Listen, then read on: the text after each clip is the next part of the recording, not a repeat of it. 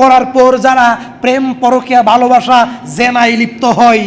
Number 2, ওয়ালা মালিকুন কাজ্জাব, মিথ্যাবাদী শাসক, টাকার বিনিময়ে বিচারটা ঘুরাইয়া দেয়।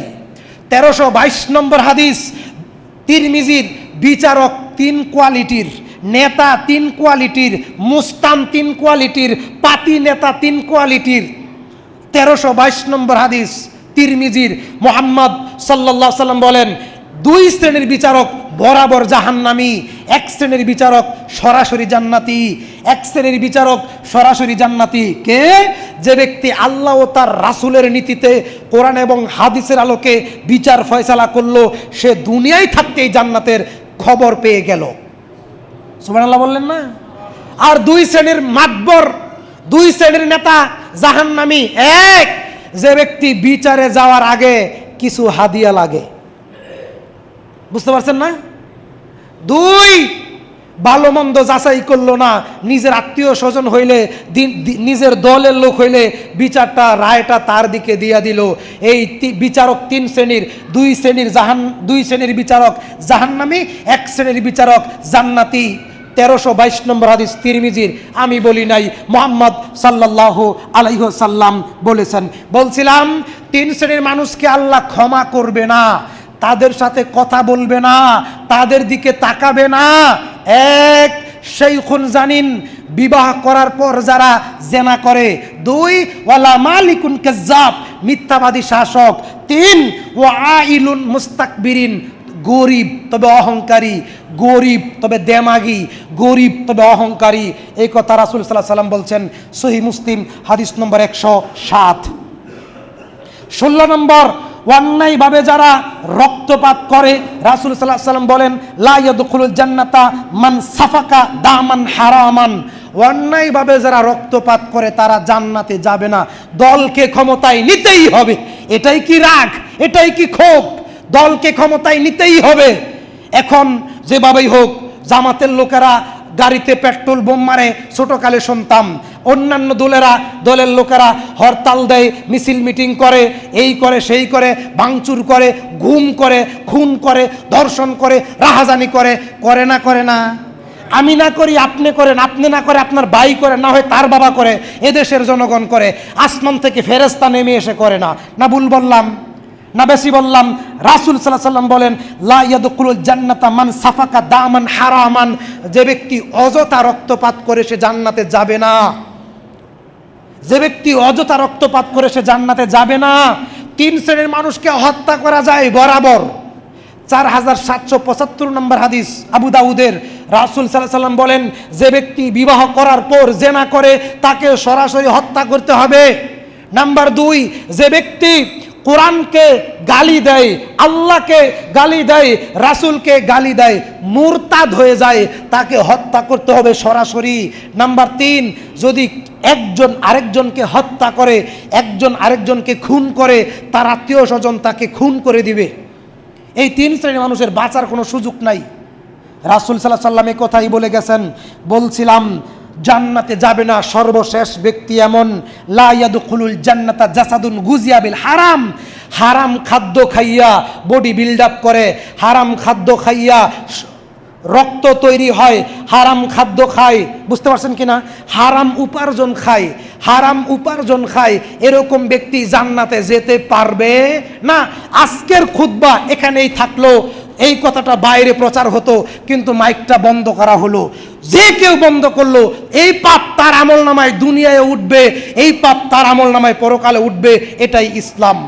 সম্মানিত হাজিরিন, বলছিলাম আমরা কিভাবে মুক্তি পাইতে পারি জাহান্নাম থেকে, বা জাহান্নামে যাবে এরকম 17 শ্রেণীর মানুষের কথা আমরা আপনাদের সামনে তুলে ধরলাম।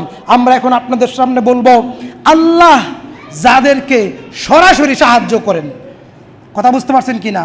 আল্লাহ যাদেরকে সরাসরি সাহায্য করেন। নাম্বার 1, ইন্নাল্লাহা মাআল্লাযিনা তাকাউ। যারা তাকওয়া অর্জন করে, যারা কি অর্জন করে? পরহেজগারিতা অর্জন করে, তাকওয়া অর্জন করে, নেক আমল করে, আল্লাহ তাআলা তাদেরকে আসমান থেকে ফেরেশতা দিয়ে সরাসরি সাহায্য করবেন। নাম্বার 2, ইন্নাল্লাহা মা'আস সাবিরিন, যারা ধৈর্য ধারণ করে, যারা সবর করে, যারা ধৈর্য ধারণ করে, যারা সবর করে। সবর কি জিনিস আমি আপনাকে একটু দেখাই। সবর কি জিনিস আমি আপনাকে একটু দেখাই। কিভাবে দেখাই?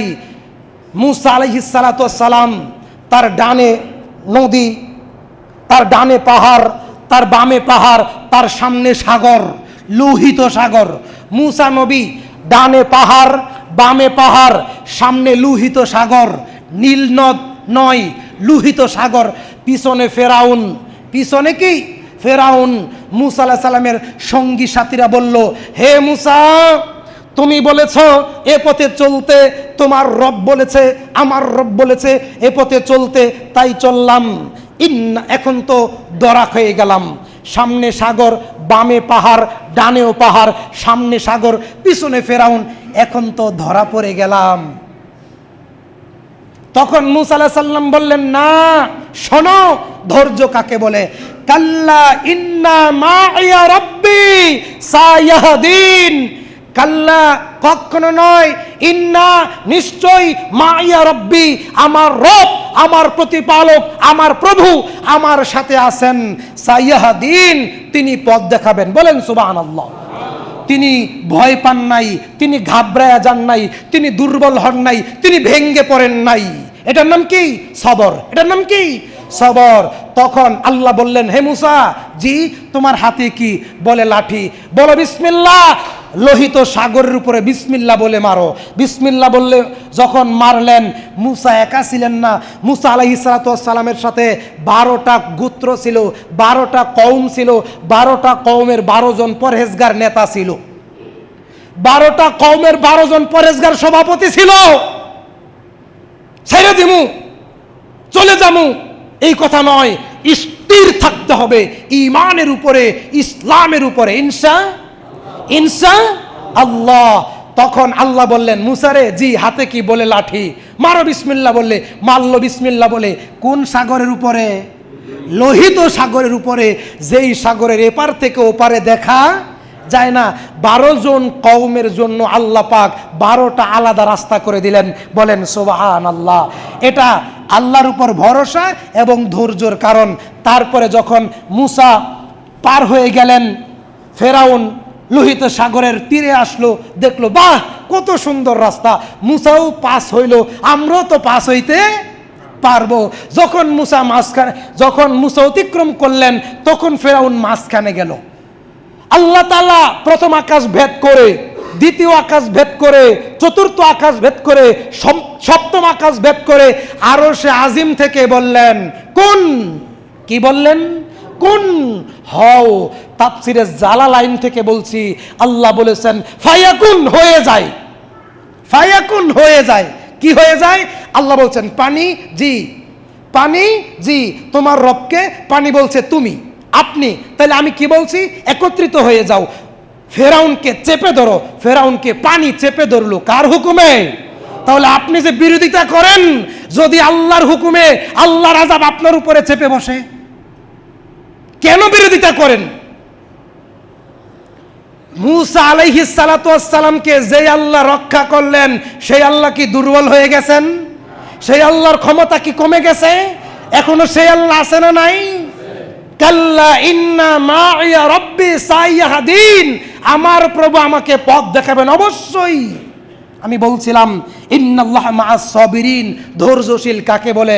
সেই ফেরাউনের লাশ আজ 3500-এর বেশি, প্রায় 4000 বছর ধরে ফেরাউনের লাশ পাথর বানায়া, মূর্তি বানায়া, কাঠাম বানাইয়া আল্লাহ পাক জাতির নিদর্শন হিসাবে রেখে দিয়েছেন, যে দুনিয়ার জালেমেরা তোমরা দেখো আমি আল্লাহ ইচ্ছা করলে কি পারি। বলেন সুবহানাল্লাহ। আল্লাহ পাক কাদেরকে সরাসরি সাহায্য করেন, তাদের 2 নম্বর বৈশিষ্ট্য, ওয়ামান ইয়াতাওয়াক্কাল আলাল্লাহি ফাহুয়া হাসবুহু, যে ব্যক্তি একমাত্র আল্লাহর উপর ভরসা করে আল্লাহ তাকে সাহায্য করেন। বলেন সুবহানাল্লাহ। ফেরাউনের স্ত্রী আসিয়া কোনো নবীর স্ত্রী নয়, আসিয়া কোনো নবীর মা নয়, আসিয়া কোনো নবীর বোন নয়, আসিয়া কোনো নবীর বংশধর নয়। কথা বুঝতে পারছেন কি না? আসিয়া একজন পরহেজগার মানুষ। আসিয়া কি পরহেজগার মানুষ। ফেরাউন বলল, ওরে আসিয়া, তুই কি মুসার উপর ঈমান আনলি? জি। তুই কি আল্লাহর উপর ঈমান আনলি? জি। তুই কি আমার আনুগত্য করলি না? না, করব না। ঠিক আছে। উত্তপ্ত বালুর উপরে, জ্বলন্ত আঙ্গারের উপরে, বুকের উপর পাথর চাপা দিয়ে রাখা হলো। আচ্ছা, তারপরে জ্বলন্ত আগুনের মধ্যে, বিশাল ডেকসির মধ্যে পানি গরম করা হলো। তার শরীরে পানি দিয়া সেকা দেওয়া হচ্ছে, আগুন দিয়া সেকা দেওয়া হচ্ছে। কাকে বিশ্বাস করার কারণে? আমি আপনি যেইভাবে আল্লাহকে মানি, এইভাবে আল্লাহকে তিনি মানেন নাই। তিনি আল্লাহকে আল্লাহর মতো মেনেছেন, তিনি আল্লাহকে আল্লাহর কথা মতো মেনেছেন। কথা বুঝতে পারছেন কিনা? আসিয়া ফেরাউনের অত্যাচারের স্টিম রুলার নির্যাতন সহ্য করতে না পেরে জমিনে থেকে বলেছিলেন, ইয়া রব্বি, হে আমার প্রতিপালক, আমি তোমাকে বিশ্বাস করি, আমি তোমার নবী মুসাকে বিশ্বাস করি। ফেরাউন অত্যাচারী, আমি ফেরাউনের অত্যাচার সহ্য করতে পারছি না, তুমি আমাকে ফয়সালা করো। তখন সূরা তাহরিমে আল্লাহ বলেছেন, 7 আকাশ ভেদ করে, লৌহে মাহফুজ ভেদ করে, আরশে আজিমের নিচে জান্নাতুল ফিরদাউসে আসিয়ার বাসস্থান আমি আল্লাহ তাকে দুনিয়ায় জীবিত থাকা অবস্থায় দেখায় দিলাম। আমার মতো মুনাফিক মুসলমানের জন্য নয়, আমি আপনাকে মুনাফিক বলি নাই, আমি আমাকেই বলছি। আমার মতো মুনাফিক মুসলমানের জন্য এই বিনিময় হয়তো নাও আসতে পারে। আমি বলছিলাম, আল্লাহ বলছেন, ওয়ামান ইয়াতাওয়াক্কাল আলাল্লাহি ফাহুয়া হাসবুহু, যে ব্যক্তি এইভাবে আল্লাহর উপর ভরসা করে, আল্লাহ তাকে এইভাবে প্রতিদান দেন। আল্লাহ যাদেরকে সরাসরি সাহায্য করেন, তার 4 নম্বর বৈশিষ্ট্য, যারা আল্লাহর দ্বীনকে সাহায্য করে। যারা আল্লাহর দ্বীনকে সাহায্য করে, আল্লাহ বলেছেন সূরা মুহাম্মদ আয়াত 7,